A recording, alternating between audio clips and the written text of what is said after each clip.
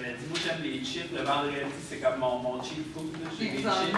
Puis dans une présentation orale, il y en a un qui m'amène un sac de Ben non, c'est trop. Ça a marché, maintenant?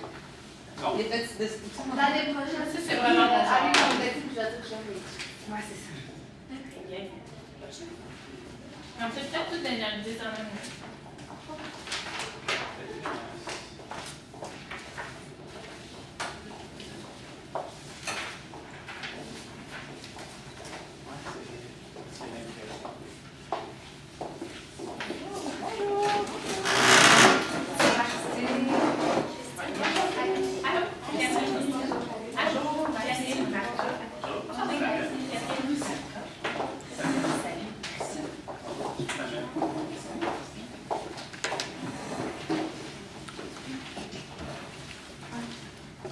Donc, je vais juste rapidement me dire vos noms parce que je pense qu'on a un problème avec notre feuille encore. Moi, c'est Christine, OK. Christian et Maxime. OK. Vous êtes quel? C'est quoi la bonne numéro? C'est 18. Ok, ça marche pas les noms. C'est pas les bons noms. On a encore un problème de nom. Fait que Christiane, est-ce que tu l'écris avec un K? Oui. OK. Ton nom de famille, c'est Gaston? Oui. OK, parfait. T'es la seule qui était bonne. Christian Santerre.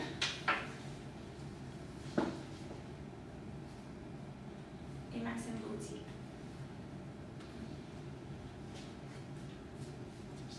Christiane, tu t'appelais Émilie. C'est sur ma du- feuille. Ben, on avait Émilie et Gabriel aussi. T'as le choix entre Émilie et Gabrielle. Je pense que je choisis Christian. C'est ton choisi. Je vais vous demander de dire votre numéro d'équipe à la caméra. On est l'équipe C18. Donc, pour la présentation, vous avez 15 minutes. Donc, je vais vous montrer le temps restant à l'aide de carton. Donc, je vais vous présenter 7 minutes, 4 minutes, 2 minutes, de 30 secondes. Puis, je vais faire un décompte de 10 secondes à la fin avec les doigts. Est-ce qu'ils sont écrits en gros? Je vais démontrer. Tu vas pouvoir... je ne sais pas si c'est... OK. On va essayer. Petite parenthèse comme ça, j'ai une déficience visuelle. Fait que si vous avez des questions à me poser directement à moi, juste vous adresser par mon prénom, s'il vous plaît. C'est Christine.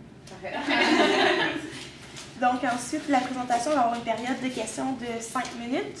Donc, à la fin du temps, vous pouvez compléter votre réponse, même si c'est terminé au niveau de 5 minutes. Donc, vous ne pouvez pas dévoiler la provenance de votre cégep. Vous devez rester dans la zone là, délimitée pour la caméra. C'est par les petits collants verts, donc ici et au fond complètement. Donc, pour les gens dans la salle, silence et tout ça. Donc, vous étiez là la présentation avant, je pense que vous avez compris. Donc, pour les juges, donc, je vous inviterai à vous présenter. Mais bonjour. Premièrement, on voudrait vous remercier de nous avoir donné le mandat que vous nous avez donné aujourd'hui. Donc, on est l'entreprise CKM, excusez-moi. Donc, moi, c'est Christine, c'est Maxime et Christian. Donc, voilà, on va commencer. Vous nous avez donné comme mandat, dans le fond, de vérifier les états financiers de votre entreprise, puis de vérifier si sont faits selon les normes comptables correctes. Oui, merci. Puis de faire les régularisations s'il y a des erreurs à corriger. D'expliquer les transformations qu'on doit faire pour de passer d'une comptabilité de caisse à une comptabilité d'exercice, puis de vous dire de vous présenter les différents projets que vous aviez en tête, puis de vous dire lequel serait le plus rentable. Donc, premièrement, on va vous parler en fait de la conversion d'une comptabilité de caisse à une comptabilité d'exercice. Ensuite, on va vous présenter les états financiers. Puis, on va faire l'analyse des projets, des divers projets potentiels. Et puis, on va émettre nos recommandations. Donc, premièrement, pour la comptabilité de caisse, qu'il faut convertir en comptabilité d'exercice, donc c'était l'entreprise de M. Prince. Premièrement, le premier conseil que je vous donnerais, c'est vraiment de faire la distinction entre une charge et un déboursé, ainsi que d'un produit ou d'un revenu et d'un encaissement. Donc, c'est quoi la différence? Donc, un déboursé, c'est vraiment une sortie d'argent de ma poche. Donc, dans la comptabilité de caisse, on met tous les déboursés, peu importe si c'est des charges ou non. Sauf que pour faire l'état des résultats, on veut seulement mettre ce qui est des charges. Donc, une charge, qu'est-ce que c'est concrètement? C'est vraiment un service reçu auquel il y a des frais. Donc, si par exemple, je prends le remboursement d'une dette, le capital qu'on rembourse va être un déboursé seulement qui va réduire mon passif au bilan. Et les intérêts, c'est un service reçu de financement. Donc, les intérêts vont être comptabilisés comme charge. C'est la même chose pour les revenus. Donc, les revenus, c'est un service offert auquel on a reçu de l'argent. L'encaissement, c'est quand on reçoit vraiment l'argent. Donc, on encaisse vraiment les revenus. Excusez-moi, je vais recommencer. On enregistre à l'état des résultats seulement les revenus dans l'exercice qu'ils ont été, où le service a été rendu. Ensuite aussi, au niveau des déboursés, on veut aussi faire la distinction entre ce qui est une dépense d'exploitation ou peu importe, qui va être à l'état des résultats, et un achat d'immobilisation. Parce que tout ce qui est, par exemple, dans le cas de la comptabilité justement de M. Prince, l'achat de son camion, ce n'est pas une dépense en totalité, le 40 000 quelque chose.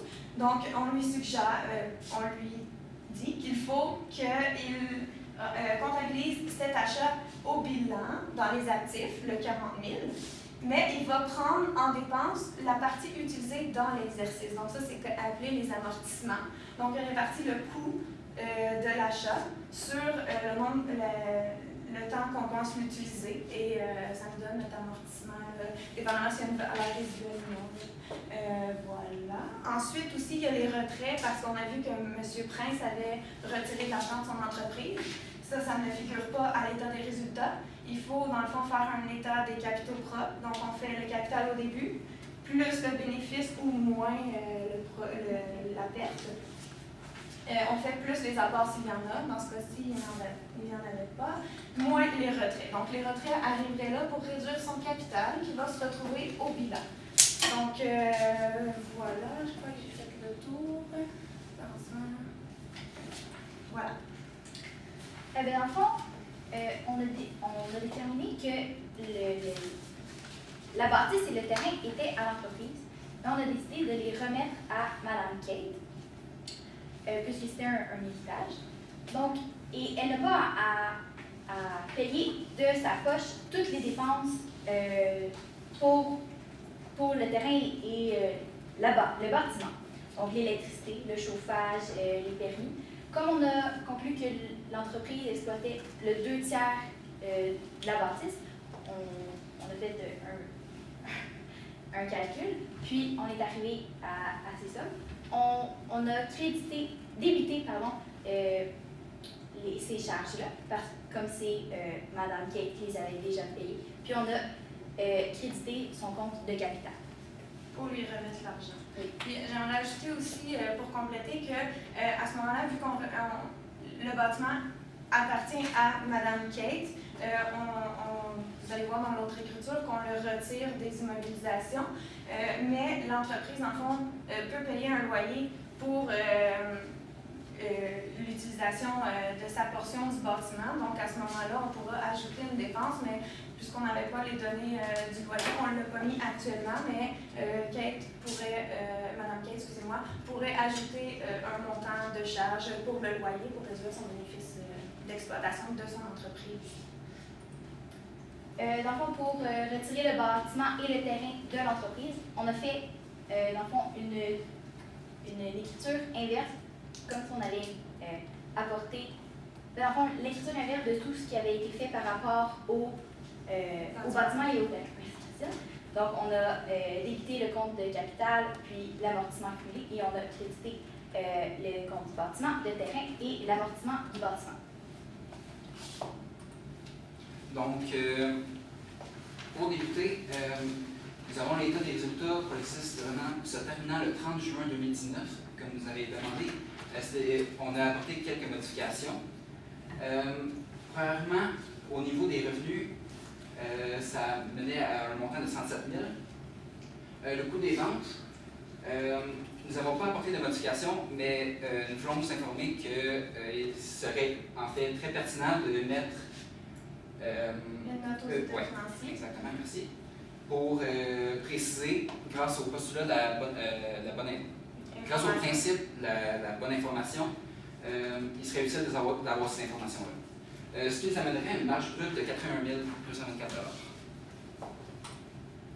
$. De cette marge-là, on peut déduire les charges d'exploitation. C'est ça, qui nous ramènerait à un bénéfice net de 38 699 $. Que nous avons corrigé. Oui. Ensuite, là, on avait différents projets. On avait 2 projets. Pardon? Ah, excusez. Déficience visuelle, excusez-moi. Donc, au niveau du bilan, en fait, on a corrigé, on a enlevé le bâtiment. Donc, c'est ce que ça nous donne après, ce retrait de cette immobilisation-là. Ensuite, le premier projet, en fait, c'était le café poterie.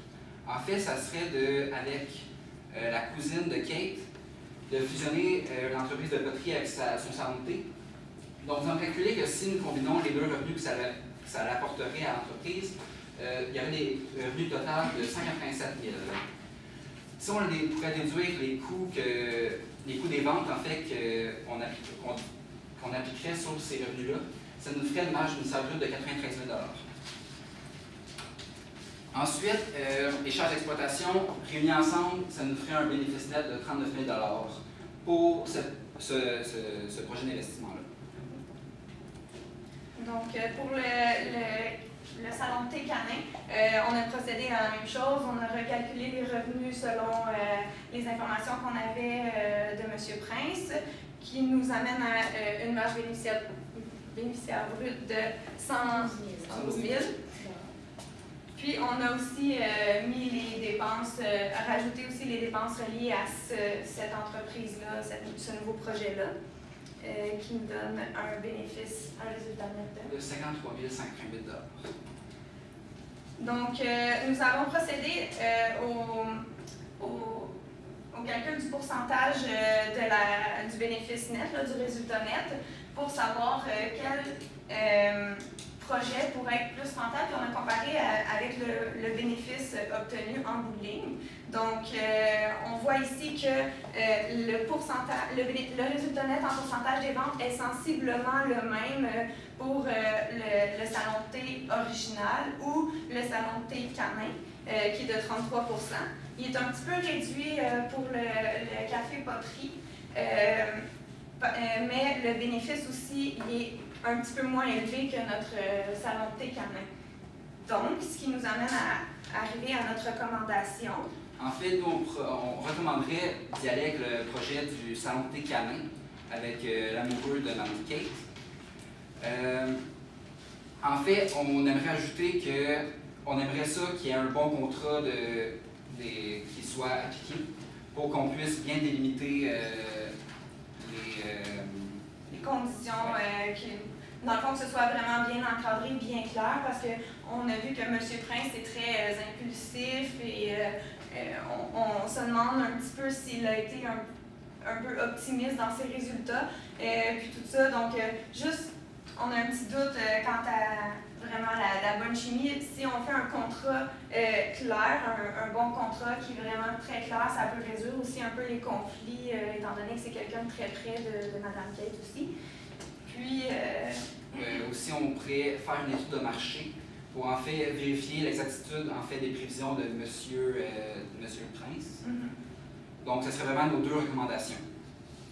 Puis pourquoi on ne recommande pas le café poterie, c'est surtout aussi parce qu'il y a un petit conflit, comme on a vu dans la situation, entre la cousine qui amène son idée de poterie et Mme Kate, parce qu'elle a reçu en héritage le terrain et le bâtiment. Donc, on doute un peu que, vu qu'il y a déjà un conflit, on espère ne pas envenimer les choses un peu plus et que ça devienne une entreprise un peu conflictuelle.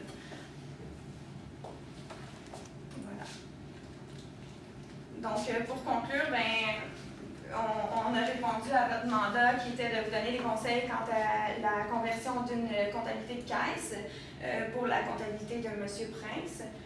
On vous a aussi présenté les états financiers des différents projets, puis on en est venu à des conclusions selon l'analyse du ratio du résultat net. Donc, j'espère que ça a répondu au mandat que vous nous avez donné. Donc, si vous avez des questions, on va être prêt à vous répondre.